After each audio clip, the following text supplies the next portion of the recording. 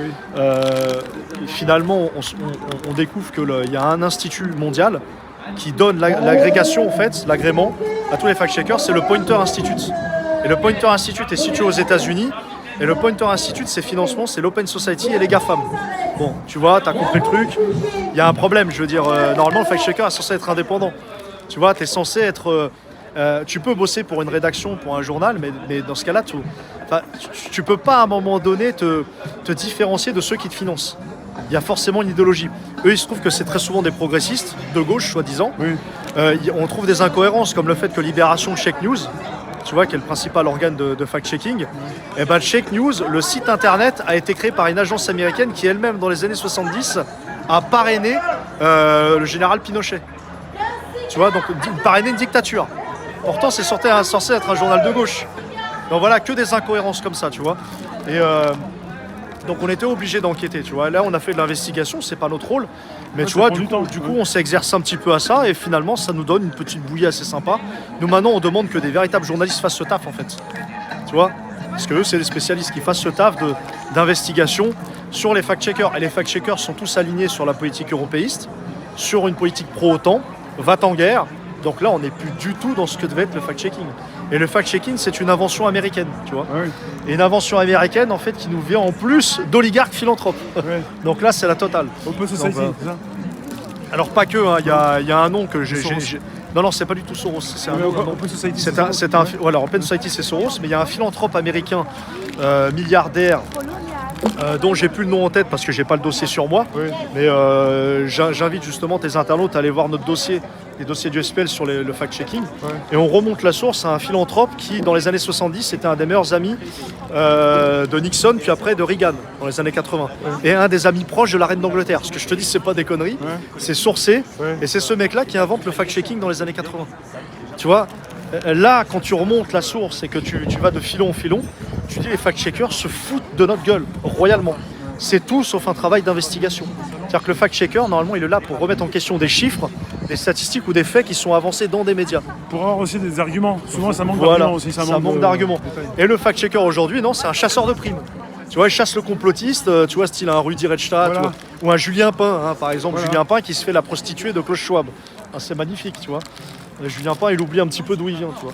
Et voilà, c'est que des mecs comme ça. Par exemple, t'as le cas de Jacques Pézet, qui est le fact-checker de Check News. Le mec, il a travaillé pour une ONG allemande qui est elle-même financée par Facebook et par Google. Donc là, c'est l'hôpital qui se fout de la charité. Tu vois, c'est que des choses comme ça qu'on trouve. Mais pour ça, il faut que tu fasses de l'investigation, il faut que tu creuses, et Internet ne suffit pas, Wikipédia ne suffit pas. Là, il faut que tu ailles bouquiner, il faut que tu aies rencontré des gens, etc. Nous, ce qu'on voulait à l'époque des Gilets jaunes constituants, c'était apporter une certaine méthodologie. C'est-à-dire qu'en fait, nous, on voulait faire comprendre aux Français de manière pédagogique où se situait le pouvoir, où se situaient les problèmes. D'où le fait qu'on nous situait devant la banque Rothschild, le Club Le Siècle, tu vois, la fondation Fondapol, etc. Terra Nova, la fondation Terra Nova. Donc voilà, c'était de montrer la réalité aux Français qu'en tant que gilet jaune et en tant qu'un mouvement social d'une telle ampleur, il fallait d'abord peut-être aussi essayer de comprendre d'où venait le problème réel. Le problème réel ne s'explique pas que par la Macronie. Il s'explique par une oligarchie qui est réelle, pas fantasmée. Hein. Là, on n'est pas dans le complotisme, c'est réel, c'est factuel. Une caste d'individus qui a vassalisé la France depuis une cinquantaine d'années. Clairement, c'était ça notre constat. Et on retrouve en tête de gondole les banquiers internationaux. Voilà. D'où le fait de pointer du doigt la banque Lazare, la banque Rothschild, qui font ce travail-là de sable depuis très longtemps. Tu parles de responsables. Est-ce que pour toi aussi les Français sont responsables? Sont-ils complices? Parce que quelque part, il y en a qui disent qu'il faut qu'ils se réveillent. Il y a beaucoup de personnes intelligentes en France et pas mal de Français aussi qui pensent qu'à eux-mêmes. Peut-être que quelque part, ils ne sont pas forcément endormis, mais ils s'en foutent, quoi. T'as constaté ça ou pas? Je l'ai constaté totalement, je le constate tous les jours. Ça, en fait, si tu veux, ça ne me surprend pas parce que le peuple français, depuis la Deuxième Guerre mondiale, a été, surtout depuis les 30 Glorieuses, a été choyé dans un certain confort. Et donc, tu sais, quand tu es choyé tous les jours dans un certain confort, que finalement, ta seule volonté, c'est d'acheter ton pavillon à crédit, de partir en vacances en Vendée tous les ans et essayer, tu vois, d'augmenter ton patrimoine familial, tu en oublies que le monde qui t'environne, il faut s'informer. Tu en oublies aussi de comprendre l'évolution de ce monde-là. Et donc, quand tu n'es plus à côté de tout ça, tu vas prendre pour parole d'évangile tout ce qu'on te dit. dans les médias, à la télévision, dans les radios, etc. Tu vois ce que je veux dire? Donc finalement, je dirais une bonne partie des Français, malheureusement, et on a fait partie de ceux-là aussi, hein, Oui. n'ont pas compris les enjeux réels de ce qui se passe dans notre pays. C'est pas forcément du déni, c'est un manque de volonté pour comprendre vraiment les choses. Et de la peur. Et je dirais de la peur. Moi, c'est plus de la peur que je dirais, parce qu'en fait, quand bien même ils se réveillent, tu vois, très souvent, tu vas entendre la même réaction. Ah mais qu'est-ce qu'on peut faire? Qu'est-ce qu'on peut y faire? Je veux dire, ils sont trop forts. Voilà, tu vois, on est toujours devant ce plafond de verre. Voilà, on va te demander à toi, qu'est-ce que tu nous proposes? Qu'est-ce que tu nous proposes de faire? Il va peut-être trouver un chef, quelqu'un qui le dirige Moi, j'ai pas de recette magique. Ouais. Je dirais qu'est-ce qu'il faut, c'est une structure nationale politique de grande ampleur, quasi professionnelle, avec des gens de toute catégorie sociale. Et surtout des hauts fonctionnaires et des gens des corps constitués, hein, parce que sans eux, on ne pourrait rien faire, clairement. Avec une structure nationale forte et une action politique forte. Pas une action politique au sens du parti, mais au sens d'un mouvement. C'est différent. Mouvement et parti, c'est deux choses différentes. Oui. Et avec des propositions concrètes pour basculer dans une transition. Je sais qu'il y en a plein qui l'ont essayé déjà. Tu penses au CNT alors, non? Éric Ciotti, il avait proposé des choses. Après, bon, je ne vais pas débattre de ça ici, mais il a eu le mérite de le faire. Il y a le CNT, il y a tous ceux qui proposaient en fait en gros une transition. Il y a Étienne Chouard aussi qui a proposé de très bonnes choses. Il faut aussi écouter un petit peu les royalistes dans cette histoire, parce que pourquoi pas le retour d'une espèce de symbolique royale. Après tout, c'est l'histoire de France, j'ai envie de te dire. Oui. Et puis voilà, puis tu as aussi ceux qui sont pour la démocratie directe comme Étienne Chouard et tout. Oui, la République est très récente. C'est ça, moi personnellement je suis pour l'abolition de la République, je suis cash, j'ai toujours été franc par rapport à ça. L'abolition du système maçonnique dans son ensemble. Peut-être pas l'abolition de la monarchie République. Alors, pourquoi moi là-bas je ne suis pas monarchiste, mais je me dis que ça a une cohérence si tu veux dans l'histoire de France. Oui. Ça a une certaine cohérence. Finalement, tu peux être sans argent, être une véritable crapule et ne pas être compétent. Il y a aussi la question de la compétence. Et tu peux effectivement avoir des moyens, mais qui sont au service réellement du bien commun. Donc en fait, c'est donc la question de la méritocratie et la question de l'éthique. L'éthique et la morale. Que n'en déplaise au peuple français, la morale elle doit revenir. Tu vois, ça c'est... Parce qu'il faut dire la vérité, l'essentiel de nos problèmes aujourd'hui, c'est un manque de morale. Oui. C'est simpliste ce que je dis, c'est très simpliste, Oui. mais c'est percutant. C'est juste. Parce que si on a une oligarchie, c'est parce que ces gens-là n'ont pas la même morale que nous, visiblement. C'est une morale nihiliste et puis surtout une morale égocentrique. Et c'est ça en fait qui façonne le monde d'aujourd'hui. Donc c'est la morale et l'éthique. Et aujourd'hui, dans la classe politique, nous manquons cruellement d'éthique et de morale. Clairement. Surtout pour éviter la corruption, quoi. Tout ce système qui a été conçu et toutes ces personnes qui se tiennent entre elles pour des casseroles et... Exactement, c'est pour ça qu'on dit le célèbre adage, nous avons le gouvernement que nous méritons. On a le chef qu'on mérite. Si on a un Macron au pouvoir, c'est peut-être parce que nous, on a un côté de lui, tu vois ce que je veux dire? On était peut-être dégénérés, tu vois. Je suis pas sûr qu'on mérite tous, parce qu'au niveau des élections, on peut se poser des questions à savoir. Déjà par rapport aux candidats qui passent pas tous à la télévision, il y a une manipulation de fait. On l'a vu avec Asselineau, avec Cheminade, on l'a vu avec... 8 candidats sur 12 qui passent sur TF1, hors de grande écoute. Totalement. Déjà, ils choisissent avant les Français. Ça, c'est pas partir dans des idées exceptionnelles. Enfin, ce sont des faits. Ce sont des faits, c'est clair. Non, mais moi c'est clair, je pense que réellement elle a été truquée cette élection-là. C'est évident, je veux dire, Macron, il a été réellement réélu avec moins de 20% des voix. Moins de 20% si on prend le ratio. Hein. Par contre, si on prend le ratio. qui te disent vous avez voté, ça vous a reparti pour 5 ans, il faut la fermer. C'est un peu formé café, voilà. Comme on dit. Hein. C'est la fameuse représentation, la démocratie représentative qui ne représente qu'eux-mêmes. Il faut savoir que ces gens-là, ils représentent que leur parti politique. Et les partis politiques sont financés par des banquiers. Donc voilà, tu vois, le système, il est huilé, quoi. Hein. Les banquiers qui financent un peu tout le monde aussi. Qui financent tout le monde, n'importe quel camp. Ça leur pose aucun problème. Le camp du bien, le camp du mal, c'est eux qui le définissent. Comme pendant les années plus sombres, pendant le XXe siècle, pendant les grandes guerres aussi. Mais bien sûr, si on prend le cas, par exemple, des grandes banques multinationales américaines qui ont financé le nazisme et le communisme à la fois, tu vois, c'est exactement la même chose. C'est exactement la même chose. On en est là aujourd'hui, quoi. Clairement, on en est là aujourd'hui. Donc l'alternative, puisque c'était pour répondre à la question, je dirais c'est aux Français de la construire. Moi j'ai pas de recette magique. Mais par contre il faut saluer le travail de gens qui ont bossé là-dessus. Donc une transition, je pense, une transition avec la situation actuelle. Donc un gouvernement de transition, ça se fait beaucoup dans beaucoup de pays. Ne pas se faire récupérer par des puissances étrangères, ça c'est une des règles d'or. Et on espère retrouver une France non alignée sur personne, indépendante, souveraine, et qui reprend son destin en main. En dehors de... Enfin, un Frexit pour toi? Totalement. Et sortir de l'OTAN aussi? Totalement. La priorité là à l'heure actuelle, c'est même pas l'Europe, c'est sortir de l'OTAN tout court. Et vite, très rapidement. Nous ne sommes pas la prostituée de Washington. Là, je parle de la France, pas de la République. La République est la prostituée de Washington, mais les Français ne veulent pas être la prostituée de Washington, ni celle de Davos, et encore moins de Bilderberg. Nous ne sommes pas leurs esclaves. Et en faisant... Sarkozy nous a remis dans le commandement réintégré de l'OTAN depuis 2007. Et ça fait de nous une cible légitime du camp russo-chinois. Et légitime, hein. Moi je me mets à leur place, franchement c'est tout à fait légitime. Tu veux dire pour rentrer en guerre contre la France, quoi? Mais totalement. Là clairement, nous avons commis un acte de guerre. Puisque la France a donné sa bénédiction pour le sabotage de Nord Stream par les Américains. Ah oui, c'est Moore Hirsch. Ouais, c'est Moore Hirsch, le journaliste américain qui sort beaucoup de choses. Voilà, qui a sorti comme quoi les États-Unis étaient les auteurs principaux, on va dire, du sabotage de Nord Stream avec l'aide du Danemark. Il n'y a pas la Norvège? Et de la Pologne. Oui, alors la Norvège, pardon, excuse-moi, t'as raison de me rectifier, c'est la Norvège. Et la France aussi alors? La France, quelque part, si vraiment nous étions la grande nation de la vérité, comme on le dit souvent, pourquoi on ne réclame pas une commission d'enquête sur Nord Stream? Pourtant, on est concerné. Genre le gaz, la question du gaz, nous sommes concernés. Regarde dans quel état ça met notre pays. On devrait demander une commission d'enquête. Il n'y en a jamais eu. Moi, je ne suis pas de ceux qui crachent dans la soupe et qui voient l'opposition contrôlée partout. Oui, ça aussi, c'est terrible, ça. Oui, j'ai entendu qui disait oui, non, c'est pas la peine de faire ça. Vous faites comme tout le monde. Il faut tout casser, il faut tout péter. En tout cas, ceux qui disent qu'il faut tout casser, il faut tout péter, on les a pas vus dans la rue. On les a pas vus tout péter et tout casser, surtout pas au bon endroit.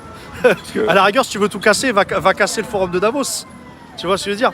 Va casser le club Le Siècle, pas de souci. C'est là où est le vrai pouvoir. Mais casser des abribus, tu sais que les RG ont pénétré les ronds-points depuis le début du mouvement.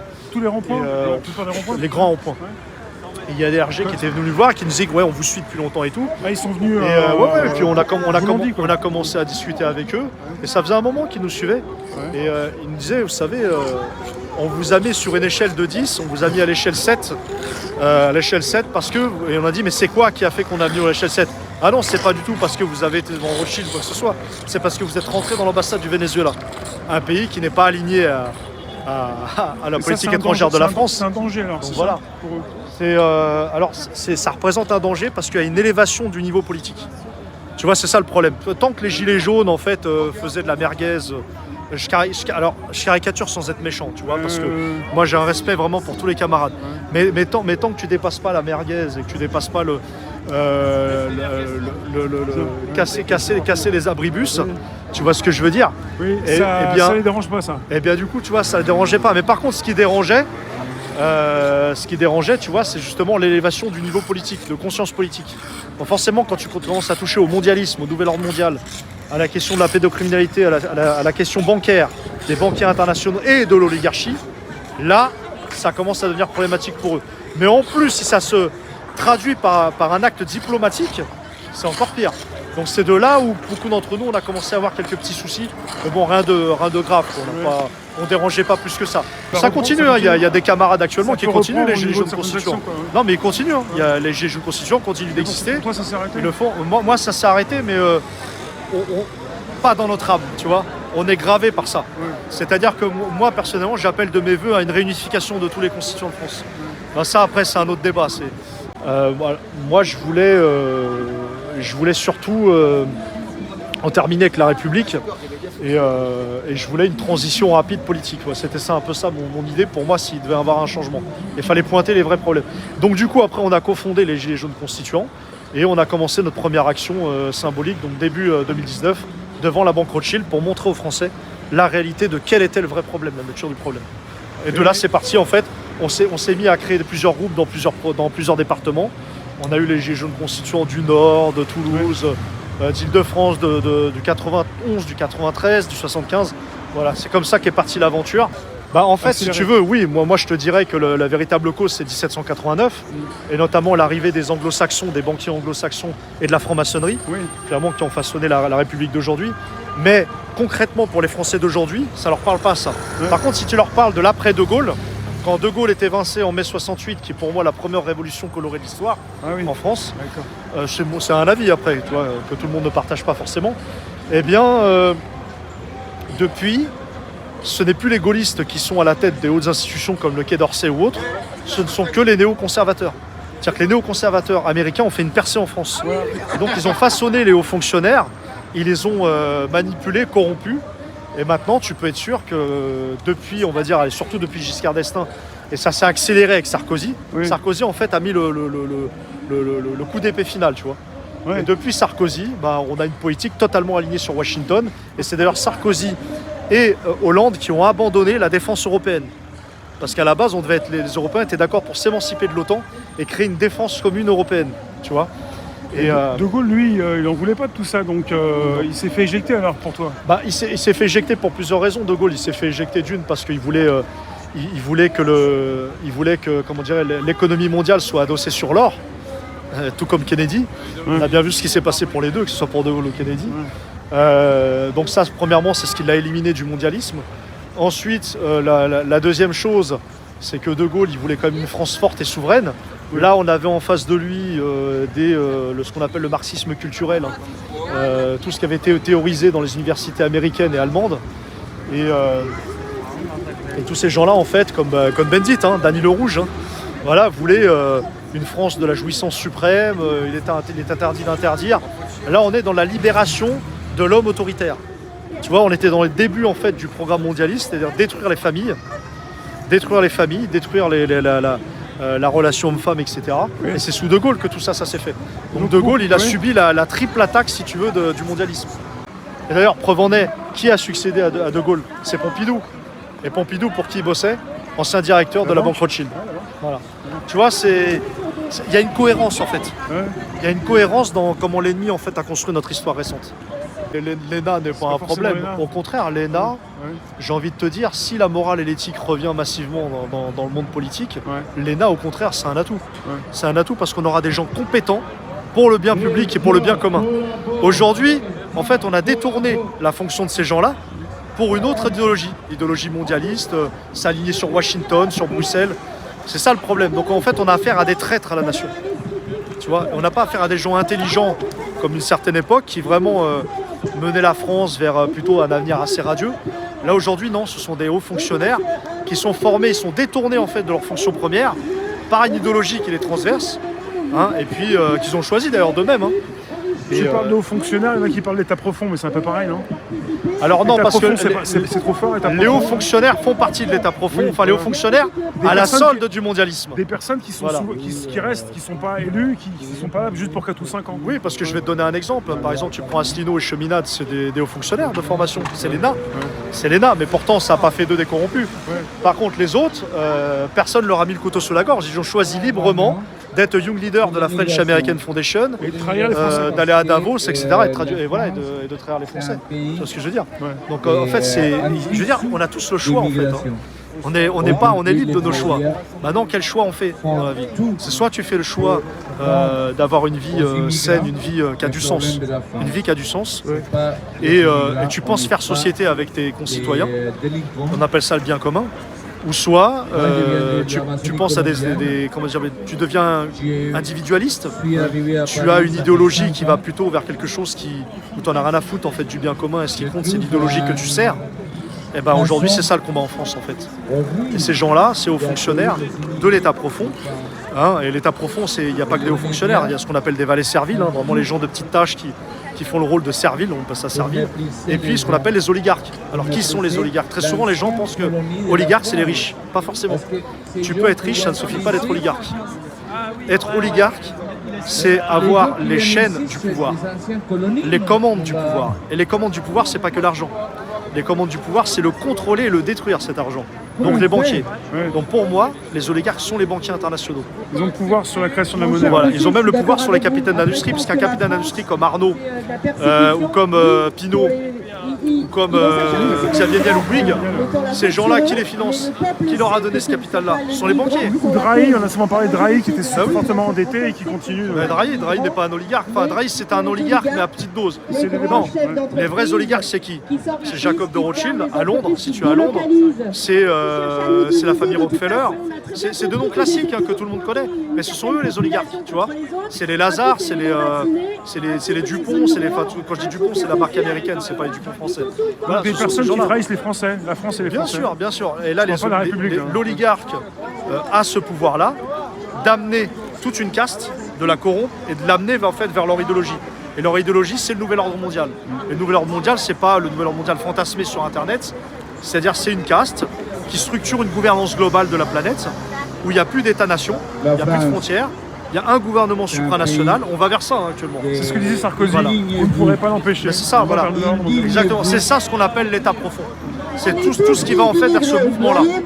Voilà. Et là, tu as de tout, fonctionnaires, valets serviles, journalistes, éditocrates, techniciens. On parle de technocratie aussi en ce moment, tu vois. Et tu as les plutocrates, ouais, les riches. Mais les riches, eux, ils alimentent, ils financent tout ça, tu vois. Mais celui qui a la finance de la finance, c'est le banquier international. Forum économique mondial.